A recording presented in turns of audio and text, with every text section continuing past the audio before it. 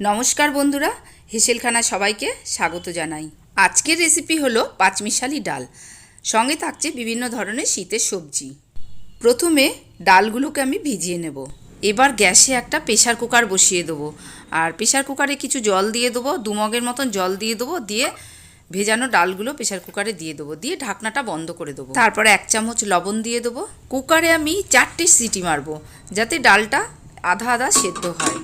সবজিগুলোর মধ্যে নিয়ে নিয়েছি আমি বিনস, ক্যাপসিকাম, তারপরে কড়াইশুঁটি, ফুলকপি, গাজর, ধনেপাতা, 2টো চেরা কাঁচা লঙ্কা আর গন্ধলেবু। গ্যাসে এবার কড়াই বসিয়ে দেবো। কড়াইতে সামান্য কিছু তেল দিয়ে শুকনো লঙ্কা, মৌরি আর জিরে ফোড়ন দিয়ে দেবো। একটু সুন্দর মতন গন্ধ যখন বেরাবে তখন সবজিগুলো ওই তেলের মধ্যে দিয়ে দেবো ভাজার জন্য। আর যে সবজিগুলো আমি কেটে রেখেছিলাম সেগুলো দিয়ে একটু ভেজে নেব। সবজিগুলো সামান্য ভেজে নেওয়ার কারণ হচ্ছে যাতে সবজির কোনো কাঁচা গন্ধ ডাল থেকে না বেরোয়, তাই আমি সবজিগুলো ভেজে নিয়েছি। সবজিগুলো একটু সামান্য লাল করে ভেজে নিয়েই ওর মধ্যে দিয়ে দেবো 1 চামচ হলুদের গুঁড়ো। হলুদের গুঁড়োগুলো দিয়ে একটু নেড়ে চেড়ে নেব। তারপর দিয়ে দেবো 1 চামচ আদা বাটা। ওদিকে প্রেসার কুকারে ডালটা সেদ্ধ হয়ে গেছে। এইবার আমি ডালটা একটা আলাদা গামলার মধ্যে ঢেলে নেব। সব সবজি ভাজা হয়ে গেলে আমি তারপরে ওই সেদ্ধ ডালটা কড়াইয়ের মধ্যে ঢেলে দেবো।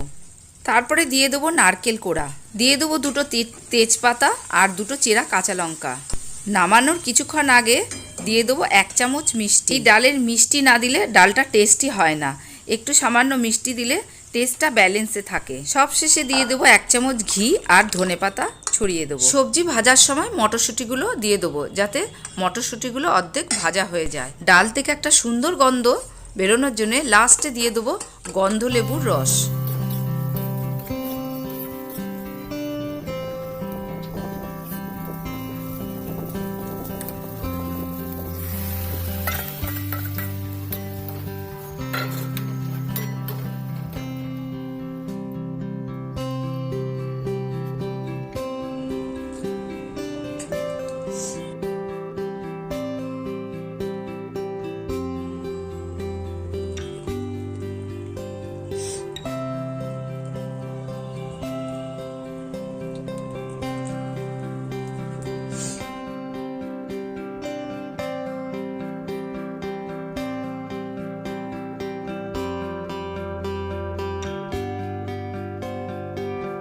ডাল ফুটে উঠলেই ঘন হয়ে যাবে আর তৈরি হয়ে যাবে অনুষ্ঠান বাড়ির মতন পাঁচমিশালি ডাল। আর এই ডালটা রুটি, লুচি, পরোটা, ভাত সবের সঙ্গে খেতে অসাধারণ লাগে। তাহলে বন্ধুরা, এই ডালের রেসিপিটা কেমন লেগেছে? যদি ভালো লেগে থাকে তাহলে কমেন্ট করে অবশ্যই জানাবে। আমার ছোট বড় বন্ধু সবাই আমার এই হেসেলখানা পরিবারের মেম্বার।